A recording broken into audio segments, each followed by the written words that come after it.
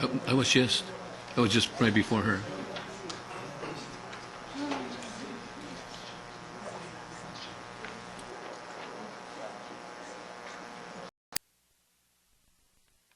Looks like 1, 2, 3, 4, 5, 6. Yep. Okay, so good morning still, and welcome. This is the Ventura County Air Pollution Control Board meeting. It is January 8th, and we'll call us to order, and we'll have a roll call. Councilmember Ramirez. Here. Supervisor Bennett. Here. Councilmember Brennan. Here. Supervisor Foy. Here. Councilmember Morgan. Supervisor Parks. Here. Councilmember Sharkey. Present. Supervisor Zaragoza. Here. And Supervisor Long. Here. Thank you. And now if we could rise for a pledge. Hand over heart. Ready to begin.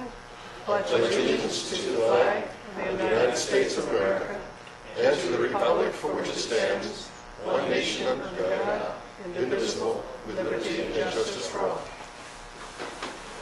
Thank you. And now we're going to have the ceremonial swearing in of Supervisor Steve Bennett, Supervisor John Zaragoza, and myself. It says Linda Parks, but it's actually me.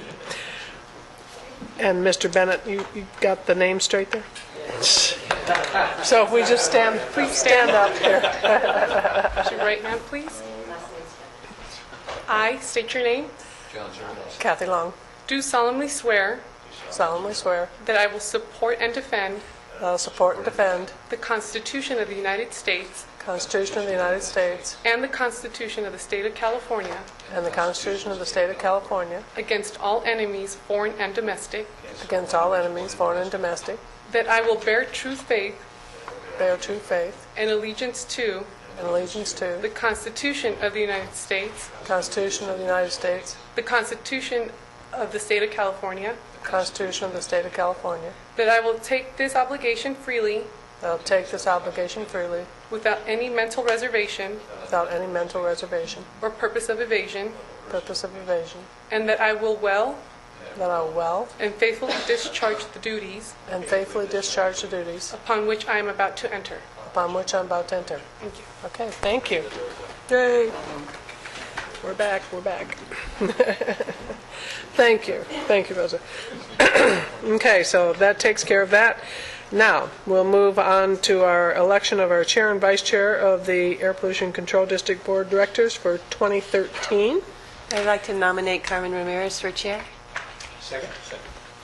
There's a motion and a second. All in favor? Aye. Okay. And for vice chair? Second. It's motion and a second. All in favor? Aye. Any objection? Hearing none. It's all yours. Thank you. You want to Thank you move very here? much. I'll just turn this here. That one. There's one right here. That's better. Will that one work for the... Well, okay. Good morning. Thank you. And look forward to more clean air for our county, however we can get there. Thank you. Next item is the minutes. Has everyone had a chance to review the minutes? I wasn't here, so I won't participate in that. Any amendments, corrections? All in favor? Aye. Okay, done. Items to review, the agenda review. Anyone have any items to add, pull, anything? Okay. Hearing none, the agenda is approved. This is the time for board comments. Any board member have a comment? Happy New Year. Excellent. Congratulations. Thank you very much. And also, Thank congratulations to Chuck Thomas on his promotion. Yes, very nice. Here. All right. Hearing none, we will go now to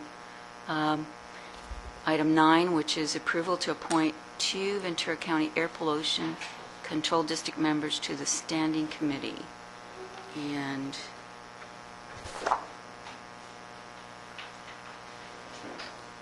can you help me with that? Who's present? I might ask, who's presently on the standing committee? It's a four-member committee, and always the chair and vice chair are members. So right now, the action before your board would be to select another city and another county representative to fill the committee. So who would like to? Sure, I'll volunteer this time to run. Great.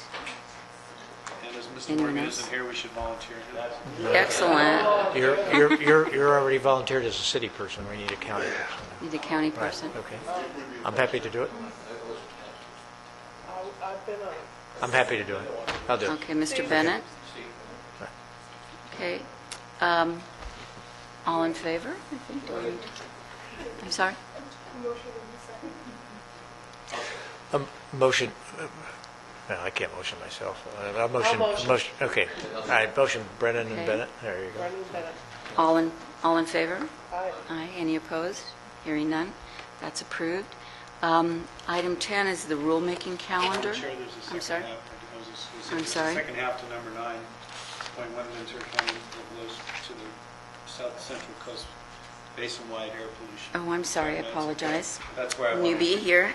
Mr. Morgan, I believe, is our representative. And he loves it. I was just going to say that. And anything he loves, we love. So, but I mean, if he loves it, we're happy to have him love it. Let's put it that way. So I'd recommend Mr. Morgan again. I'd second that. His ears are ringing right now. I would like to say Love to say about that. All in favor? Aye. Aye.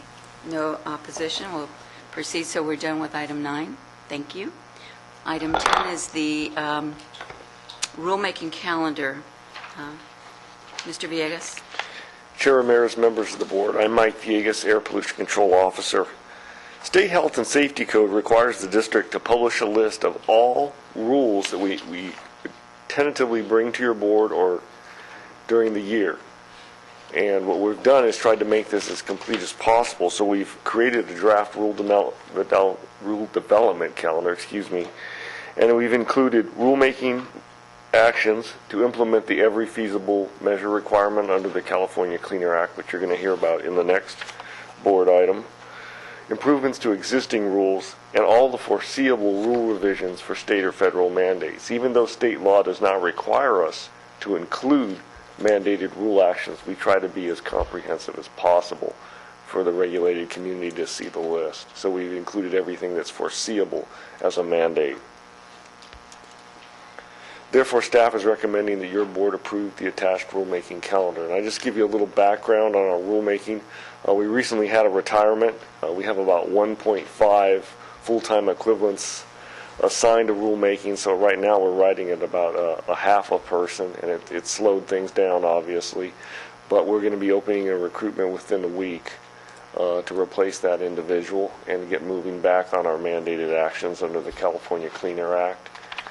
And we've got some rules already in the process, a metalworking fluid rule that we're going to have a substantial decrease in reactive organic compound emissions, and we believe that we can craft this rule to result in industry support for the regulation, or at least no opposition.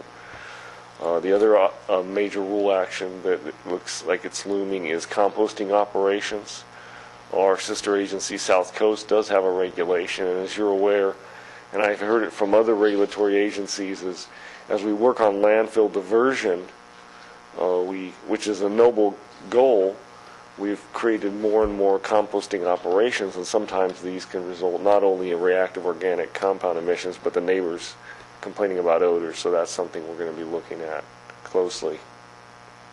And lastly, I just want to stress that just like you saw with the boiler rule when we came to your board in November, we are going to work closely with industry to make sure that when we get here, we do not have a boardroom full of people saying don't adopt this rule. We're either going to have no opposition or industry support. And that's a commitment we have to work with the regulated community to achieve clean air goals, but to do it in a reasonable and cost-effective manner. And that's all I have. Could you just review how the public and interested businesses, industries, neighborhoods learn about the rulemaking process? Actually, what we have is we have a free, Skylines goes out every month, and it's a free publication. It has a rule update and a calendar in it, and steps you through the process, and with hyperlinks to contact staff etc. The other thing we do is we have a subscription list for anyone that wants to receive notices and of all rulemaking activities. And obviously, let's say we were moving forward on metalworking fluids, we're going to contact every machine shop in Ventura County. So the regulated community, some environmental groups are part of that mailing list. That they stay on that list to keep track of our rulemaking. And what we do is we have a public workshop and a public consultation meeting. We lead off with a public consultation meeting to discuss the concepts of the rule with the regulated community and the public before we've even crafted rule language. So we'd be looking at outlining basically what another district or possibly another agency had done. We explain that to them. Then we conduct a workshop with rule language, and those are publicly noticed meetings. And then the nice thing, we also have the advisory committee, as your board is aware, and that's an evening meeting. And I believe that really helps out because sometimes small businesses are unable to send a representative during work hours. So they have another shot at 7:30 in the evening to take a look at these rules, and we like to have everything ironed out before we get to your board. Sounds good. Any board member with a question? Thank you. Anything else? What's the pleasure of the board? Mr. Brennan? Chair, I'll move the hearing calendar as submitted. Second. All in favor? Aye. Any opposed? Okay, that's approved. Thank you very much. Next item is the... Oh, did it? He's a ghost. Very powerful ghost. Appreciate the credit. Okay, next item is the triennial assessment and plan, a public hearing. Good morning. Chuck Thomas, Air Pollution Control District, Planning Division. Before you this morning is our triennial assessment plan update under the California Clean Air Act, not the federal, but the California Clean Air Act, for the California ozone standards. This plan assessment and update is required by the Clean Air Act, California Clean Air Act every 3 years, and the current one covers the period 2009 to 2011. There's two basic parts to it. There's the plan assessment, which analyzes or presents the progress we've made toward meeting the state ozone standard over that 3-year period. And also we have to take a look at our rules and regulations to see where they can be improved, both internally, what we see, and also as compared to what other air districts in California have done over that same time period. So that's the assessment and the plan update part. I need to change this. There we go. There's four basic requirements. The first is the trends, the air quality trends, the emission trends. Then rolled into a basket, you could say, is our assessment of our rules that we look at to see where they need to be improved, and a review of what we call every feasible measure. We just kind of bundle it all together and call it the every feasible measure analysis, where we look at our rules and we look at what other people have done in California to see where our rules and regulations should be improved. The fourth part is we need to identify and correct any deficiencies that we see on our California Clean Air Act plan, and I'll dispense with that part right away. We haven't found any. And that's basically because we've done this so much over the years, we've done the improvements, and there's been no major deficiencies identified in our current California Clean Air Act plan.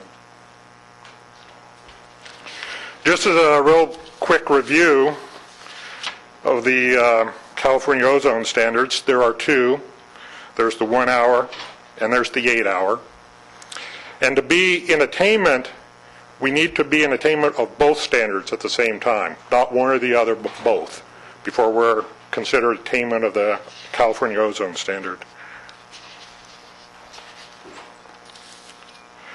So with respect to the trends in our ozone levels, we look at what we call the expected peak day concentration for both the 1 hour and the 8 hour. And the expected peak hour day concentration is that concentration, ozone concentration, that's expected to be exceeded at each monitoring station once per year on average. That's what that means. It's a statistical analysis provided to all the air districts by the Air Resources Board, and they do it every 3 years. So for the 1 hour, you can see nice trends down over time since, I believe, 1988, with a couple of significant bump ups. The bump ups are due to weather conditions during those period of time. So if you look at, say, the yellow line, which is the top line, that's Simi Valley, and I believe the bottom line is Ventura, you can see that the weather conditions during those years, during the mid-90s, were very conducive to ozone formation in those areas. The other thing I'd like to mention with respect to this trends is that Ventura El Rio have dropped below, for the 1 hour, have dropped below the standard. And for the 8 hour, they're just touching the standard.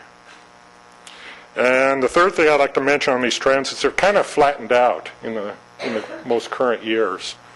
The trend downward isn't quite as pronounced as it was in the past years. And that's probably going to continue because it's getting harder and harder to find things to do to reduce air emissions. We've gotten all the low-hanging fruit, and we're going after the smaller stuff now. That's the 8 hour, which is basically very much the same. Is geography or topography That's a factor. is that the major factor? That's in probably the this, major where you're factor located? as it ties into the weather, the wind patterns, and the mix of sources in those areas and so forth.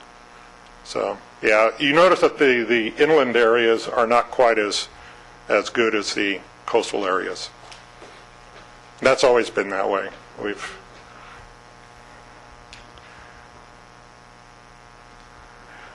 The other statistic we look at is the percent reductions in the peak hour ozone concentrations over 88 to 2011.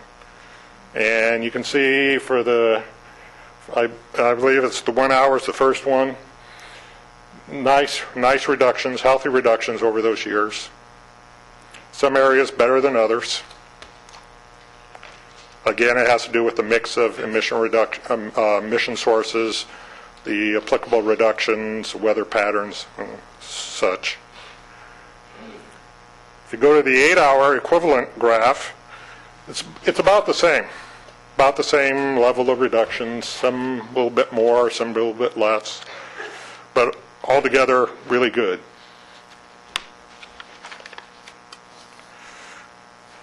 Now this graph, it's a combined graph of 1 hour, 8 hour exceedance days over the standard for both the 1 hour and 8 hour, compared to the population trends. You've seen this graph before.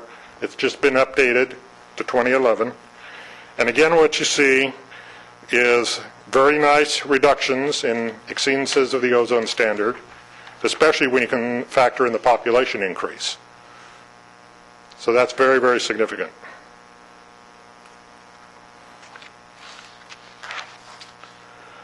This one shows the reactive organic gas and the nitrogen oxide emission trends from 1990 and both historical and projected out to 2020.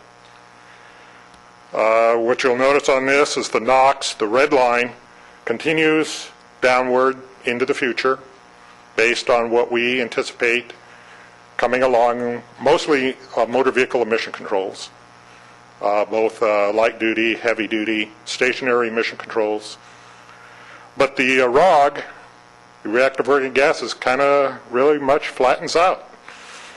And they've been flattening out since about 2010 or so. Again, it's because it's getting harder to find those emission reductions. And we expect the trends, when we update this for the next plan, we expect those trends to continue. Now, the second main part is a look-see at our rules, control measures for reducing ROG and NOx emissions. It's required by the California Clean Air Act. Can I just ask a Sure. question before you go on to rules? Sure. I was just trying to see if you're confirming what I heard on the news the other day. They had a whole group on talking about environmental stuff, and even some of the environmentalists were talking about that we're locally and nationally, we're going to spend millions locally and billions nationally. And what you're trying, I think what you're confirming is they were saying we're probably not going to get much lower reductions anymore. And that's kind of what you're just saying here. I mean, they were even admitting, we're not saying stop, but we're just saying you can't expect a whole lot more reductions. We've done almost everything we can, and it sounds like as the cars slowly get off, the older cars and things, that'll help a little bit. Is that correct? I believe that's true. It's getting harder to find those reductions, and the reductions tend to get more expensive as time goes on. Yeah, that's what they're saying. You got to expect that Yeah. we're going to spend billions. You're not going to see the big drops you've seen doing what you've done. Right. What you've seen. Yeah, I believe that's true. Yeah. Okay. Going on to the rules, again, it's a look-see at what we think, looking at our own rules internally, what we see needs to be improved. Then we look externally at what other air districts have done. We looked at the 4 largest air districts in the state, and we looked at Santa Barbara. Santa Barbara is about our size and right next door to us, although they have better air quality than we do. And out of that analysis, we've identified 5 rules for potential enhancement, and we've identified 3 potential new ones, again, based on what the other air districts have done and what we see ourselves. And I just want to emphasize, if you go back a slide, and that Sure. is because we're mandated to take every feasible measure possible. If there's a potential rule we can implement, we are mandated to implement that rule. That's part of it. true. If it's appropriate, cost-effective, and Right. all that for us. Just because somebody's done something in another air district doesn't mean it's cost-effective here. And you've done that analysis, and you've come up with these That- 5 that's- rules for that's correct. potential enhancement and 3 new rules. And in your analysis, those meet the requirements that we're mandated to do those things. With one caveat, this is a first look, then we're going to take these rules and we're going to look at them in more detail.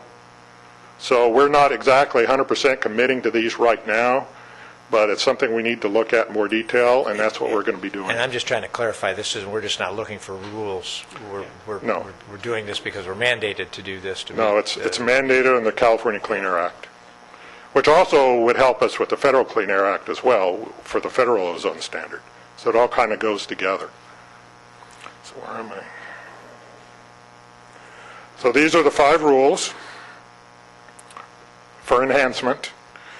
The first one and the third one, the stationary internal combustion engines and the boilers, steam generators and processes, those are NOx rules, and basically lower emission limits for NOx from those types of equipment. The other 4 are ROG rules.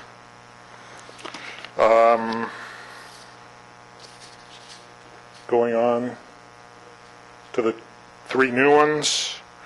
First one is vacuum truck operations. I don't know if you know what vacuum trucks are. Those are large trucks that go like to the oil fields and oil tanks and other such places, and they suck up the oil and then they take it to processing or waste disposal. And when they do that, the equipment vents. It's like a big vacuum cleaner mounted on a truck, basically. It vents the ROG out into the air. The Bay Area adopted a rule that mandates that vacuum trucks have emission controls for that part of their operation. We're going to look at that here, although we don't have nearly as many in this county as they have up there because they have refineries and other such things up there. So that's one we're going to take a hard look at. Madam Chair? Just a question on that. When we're talking about vacuum trucks, these are specifically for oil field operations? These aren't the vacuum trucks we have for cleaning out sewers? No, mostly, yeah, for organic liquids is what it's Right, 'cause, for. yeah, Not strictly oil fields, but for any kind of VOC organic liquids. So, yeah, we're concerned with how the load vents. Exactly. So the question I'm coming to is again, for clarity, if we're pumping out the sewer system with a Vector truck, are we going to have to buy or retrofit that equipment to meet a new requirement, or does that not apply in that situation? It probably wouldn't apply for that situation. This is more for organic liquid loading into the tanks, and Yeah, So- just want to be clear on that. Yeah. Thanks. Can you define organic in this context? well, it's VOC, volatile organic oil, Oil. petroleum products, gasoline, things of that sort. The next one down is liquid petroleum gas transfer and dispensing, LPG. South Coast adopted a rule that tightens up some of the components on those so they don't leak the LPG out to the air, such as the valves, gauges, things of that sort on the LPG transfer equipment. In other words, minimize the leakage. The last one Mike's already mentioned is the green waste composting operations. We're going to be looking at those. We don't have as many as, say, South Coast or San Joaquin have, but we do have, half a dozen, 8, 9, 10, depending upon how you define them. So we need to look. It's mostly best management practices is where we're going to approach it. Thank you, Chuck, for letting me jump in. I know that's an issue of concern from, I know myself and I think a number of members wanting to keep agriculture viable. I think it's been difficult to get some standards in green waste uniformity across the county, I think, and I think we might have achieved that just recently. And so while I'm happy we're looking at it, I'm wondering our process of I know we've been real good about bringing people in to talk about it, and this is not being mandated here today, I recognize that, but I do have some real concerns about maybe overly regulating it, and when we've just got to a place perhaps where they're able to start moving in that direction, actually do the composting here and help in the same fields. So I'm sensitive, but I just want to make sure that we have some involvement more than anything else. Oh, absolutely. We'll be certainly working with the agromins, and obviously you've heard the Limonera project that's been proposed. That one could be a substantially large facility, the Limonera project, and we just want to make sure that, and we're going to work with them to make sure that they're implementing best management practices, because as people, you also got development occurring with residents in that general area, and we want to make sure we don't create an issue where suddenly we've created another. Is this a dust issue? Is that mainly what you're talking? For the local communities, it tends to be an odor issue. There has been some claims of dust issues with the facilities in South Oxnard impacting agricultural operations next door. I don't know. Our rule is really going to be looking at reactive organic compounds and odor issues. To a degree, we'll work on dust control, but you can be assured we're going to be working closely with the agromins, the Limoneras, and these composting operators to make sure that. Yeah, no, but I think Brian brings a real good point. We've just finally got this kind of under control, and you hate the idea we'd put any kind of limits that we'll just start bringing it back in from LA or something if we don't do it. Yeah, because obviously we can't impact the diversion goals. But they're set in state law. And I was going to mention that diversion goal. It's a mandated goal too. Absolutely. And that'll hurt it. And according to Brian's thoughts, over in South Oxnard, doesn't the wind blow east there? I suppose. From our perspective, that's one of the best locations because even when there was a minor fire at that facility. Thank God it carried the smoke out to sea that day. And I'm sure that the council members here, but we used to have a lot of complaints when we had east winds. But the majority of the time, the winds blowing just the opposite. Yes. From west to east. So. Well, thank you for addressing that concern. I'd only say that the folks in those operations are somewhat trying to stay abreast of cutting edge because they recognize those concerns, and I just would hope we would involve them in this process. Mm-hmm. Thank you.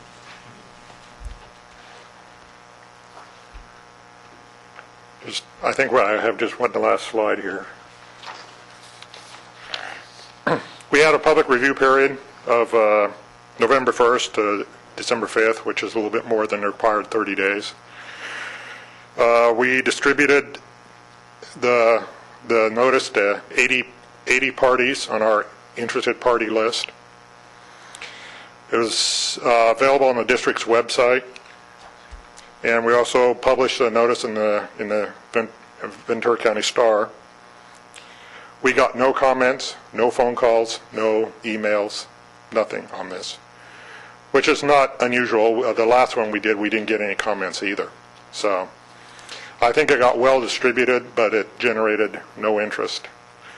So, and that's it, unless there's any questions. Other questions from board members? This is an action item for your board, and once it's approved, we send it along to the Air Resources Board. That's where it goes. Are there any comments from the public? I see none. I see a gentleman back there who raised his hand. Did you put a card in, sir? No? Okay, we'll just ask you to fill one out after you speak. State your name, please. Well, thank you. I just was in town and heard this event was going on, so I thought to comment. My question for the... Would you please first... My name is Keith Moore from Oxnard. I have some background in this area. It seems that there are opportunities to reduce our emissions if we were to work to improve the flow of traffic, and by scheduling the traffic lights such that the traffic would be maintained, you'd reduce the amount of emissions from the vehicles. That may be a large opportunity if you were to look at the present situation. For most of our traffic, we go 100 yards and stop at a traffic light and move ahead.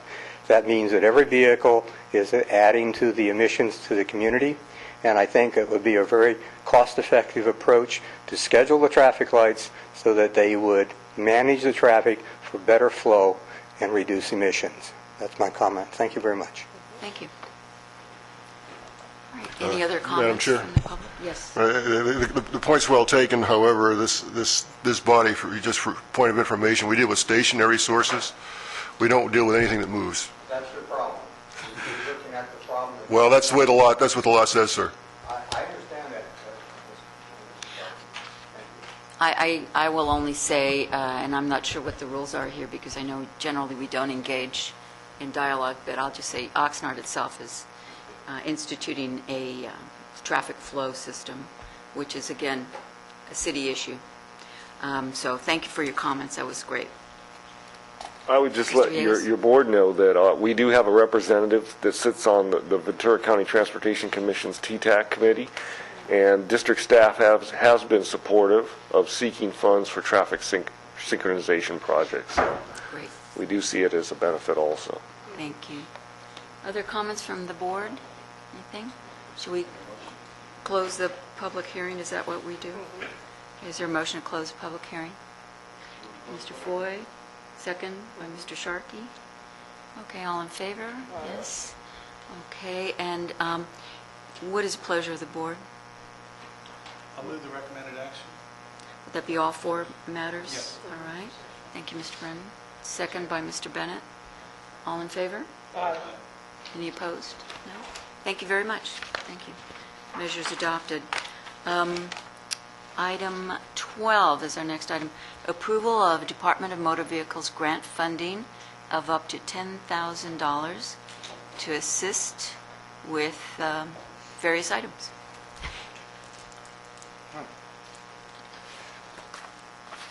Yes. Chair Ramirez, members of the board, Stan Cowan, Air Quality Engineer. This item is grant funding for electric vehicle infrastructure. These are electric vehicle charging stations that we're helping to co-fund. These are electric vehicles are an innovative control technology for motor vehicle emissions, and we are one of the lead agencies in the Central Coast, actually, for promoting the use of electric vehicles.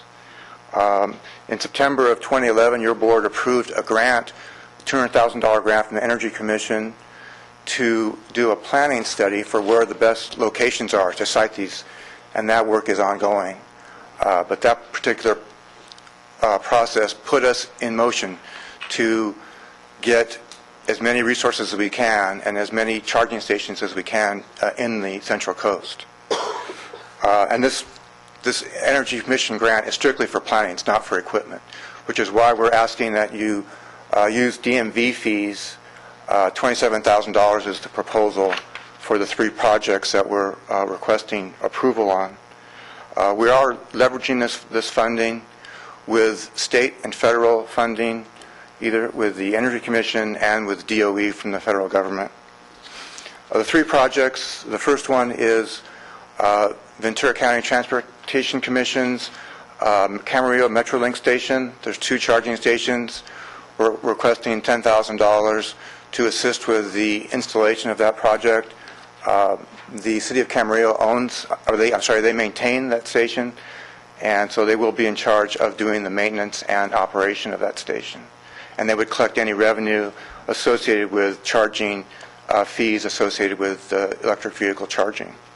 The second location is the East Metrolink Station in Ventura,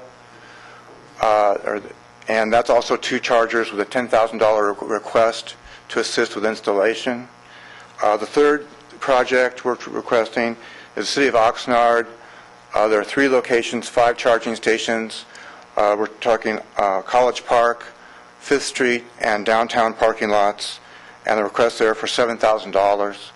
Each of these different projects has different vendors, equipment vendors that have applied for different grants from the different agencies, either state or federal. What happens is they provide free equipment and part of the installation, and we're committing to assisting with the remainder of the installation costs. And also the cost of the installation is dependent on how far the charging station is from the source of power. So that's a big item as far as cost. The benefits of electric vehicle charging stations, obviously, showcases the technology. People see the cars.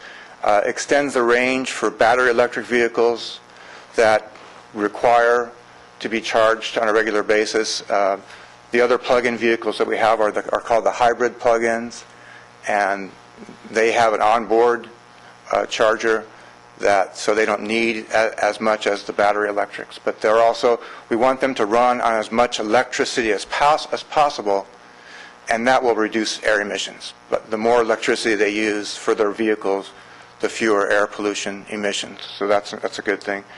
The Metrolink stations are good locations because if there are any commuters that have EVs, it'll give them incentive to purchase or lease an EV. The Oxnard and Camarillo locations, some of them are near dining, shopping opportunities, so this is a way to boost local economy as well. The co-funding for these state and federal grants is rapidly running out as far as the deadlines go. I think the last one is actually February of next year, so we've been really hustling to get these projects going. And we're basically focusing on government-owned entities. We've notified all the local agencies and cities through the coordinating councils, Plug-in Ventura County, Plug-in Central Coast. We did speak with the cities of Moore Park and Simi Valley. Moore Park had already gone through their process. They had a deadline of December, so we couldn't help them. And Simi Valley has a local ordinance that treats EV charging stations as a public works project, which requires formal bidding process, which raised the cost. So they're going to do a charging station, but at their maintenance facility, not at their Metrolink station. And that's all I have. I'd be happy to answer any questions. Questions from the board? I think at a previous meeting, we were talking about a committee that was going to form to advise on locations for these, and I'm just wondering if we've done that and if it involves citizens. We have it's called Plug-in Ventura County.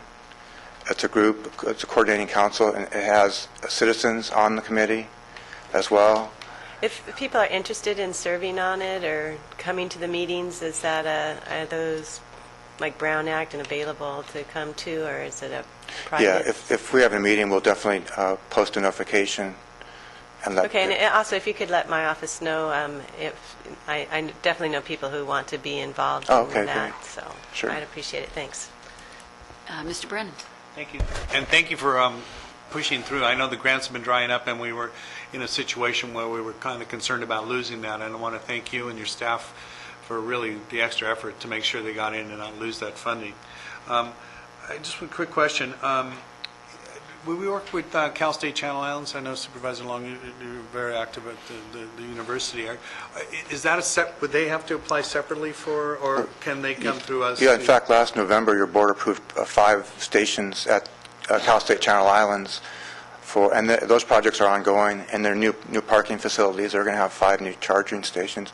And the other project you approved in November was for Ventura Harbor, which has been completed. So if you're at the harbor by Island Packers there's 2 charging stations that are available to be That's what I used. saw. Yeah. Yeah. And I guess, and then one last quick question. And I'm glad they're at the Metrolink, you know, somebody gets there. I'm just concerned if you go down to LA for work, you're 8.5 hours later, you come back, you know, we have 2 stations there, and I mean, maybe perhaps if you're the first one in, your car's getting charged, and then obviously then it's full. Some of them take only 4 hours to charge, and so I'm just concerned that perhaps, you know, is there, it's, I guess, rhetorical question. I mean, first come, first serve, I guess, Yeah, is really right. what it comes down to, Right. because, you know, yeah, I guess that, I just answered it, just put it, kind of walked through it myself. There's no way of being able to sort that out. I think the cities that have the lowest ozone level should get priority. Madam Maybe Chair, on the contrary. Thank God for the coastal I breeze. was going to add on to what Councilman Brian was saying. How long does it take a car to charge up? It depends upon the vehicle, but anywhere for a level 2 station, anywhere from 3 to 5 hours, 3 to 6 hours. Yeah. So the question is, if you come in kind of late, then you're out of luck. Then is the question. I have a question. I really don't know too much about electric vehicles, though it would be great to have one. Is it something that somebody could say, okay, you're done, we'll unplug you and plug you into somewhere else? You Is know, that possible? I don't know. It's a Yeah, good- that is done. Hire somebody, a student, to do that? No, sometimes they'll unplug somebody, and if they're already fully charged, then they could use it to adjacent space. Yeah, but so If they're not. is the system set up that they're in the center of 2 spaces so that I can run the plug here, run the plug there when Yeah. that person's full? Is that how they're set up? Normally, yeah. Okay, so it does work too. Question? You know what, it would be really helpful is to have a map that shows them all in the county. Yeah, there is a map online. Is there? Yeah, Maybe the we could share website. that with VCTC also. Yeah. So they This know guy about doesn't miss it. a beat. Everything we've asked, he knows what's going on. Yeah, and it just shows what a great job you're doing, Yeah, that's so good. thank you. Sure. Where's the map online? Where's it It's located? recargo.com. The website is recargo.com. Okay. Other questions? So there's a link to VCTC so people can. I don't have a link on VCTC, but there is a website that has all the local Ventura County stations. And I think there are over 70 stations in Ventura County now. So I'm sure if It'd be good somebody's to put looking, on our website too. but I'm sure if somebody's looking, they're HCCs. probably just looking for electric charging stations. They'll Right. come up someplace. One last question, if others don't have questions. Do we have a sense of how many electric vehicles we have that reside or domiciled here? in Yeah, the county? there's, based on right now, the California and the federal government, or California has rebates available for electric vehicle purchases, and we get that data semi-annually. And I think in Ventura County, there are 300 or 400 vehicles already in the county, and it's supposed to grow exponentially. They're thinking that the way the Toyota Prius came to market, that'll be the minimum expansion of vehicles for electric vehicles. And there's quite a few different kinds of electric vehicles out there. There's the Fords, the Nissans, Toyota, and there's the Chevy Volt. And so there's quite more selection, and consumers are very, very interested in the product. Okay, thank you. Any other questions? If I could bring up one question on this, probably doesn't, Mike, you may have to get involved in this a little bit. One of the things that I was curious with, some of these grants come up quick and you've got to come here. I know one thing we did at the board was, I think it's what, $100,000 or less, we don't bring those grants to the board anymore. Is there something that would be helpful for you, that if you didn't have to come? I mean, some of these grants may require this board to approve that when he's talking about these are coming quick, he can just go apply, and they don't have to really come here. I mean, you guys are great managers. We don't really have to see a lot of this if it's something that works, but there may be some requirements. Okay, we'll look into that, and I'll probably bring it to the standing committee Okay. and see if there's, Yeah. some de minimis. Because I also level. know when you go through there, like we did, going through a board letter, all the people, it just costs you a lot of money, and some of these grants are $6,000 or $7,000, say it cost me $3,000 to apply for the grant. I used half of it up just to do a work that my staff had to do. So anyway, just something you may want to think Certainly. about. Okay. I'll let your board know that at the next meeting, I'm going to give you a study session on kind of how these new vehicles are seen by, at least by the State Air Resources Board, who set up these requirements and set up is working to get the market moving, on what they're seeing over out till about 2025 and a little further than that, just to give you an idea of what we're looking at from a clean air perspective and market penetration. Good, okay. Thank you. One last question I thought of, sorry, and that is there a charge to the vehicle owner to charge it? Initially, almost all the chargers are free, but they have the ability, this is an important point, to bill the users for their power they consume. So That makes sense. that makes it more economically viable system, Very good. so. Because are we on a time limit? That came up before, didn't it, a question? Are we on a time limit the first year or two or three or something? Because otherwise we get in this problem of giving public funds away to other people and that Right. kind of thing, so we have to be careful. Point. Okay. All right. What is the pleasure of the board? We have 5 items, action matters. Okay. Mr. Bennett moves and Mr. Brennan seconds. All those in favor? Aye. Any opposition? Hearing none, it's approved. Last item is approval to cancel the February 12th meeting. Move recommended. All those in favor? Aye. All right. Sorry to sound so enthusiastic Yeah, about it that. sounded pretty enthusiastic. Okay, Do business, we don't have to, I think we have to receive and file correspondence. yes. Last item is, well, almost last item. Thank you Supervisor Long for guiding me here. Receive and file correspondence from Sarah Bartholomew, which is a very nice little letter. Yeah. All in favor? Aye. Okay, and this is a time for public comment. Any members of the public wish to comment? I see no hands. So with that, I think we can be adjourned, correct? Thank you very much. Right. Okay, right on time. Good job. Thank you.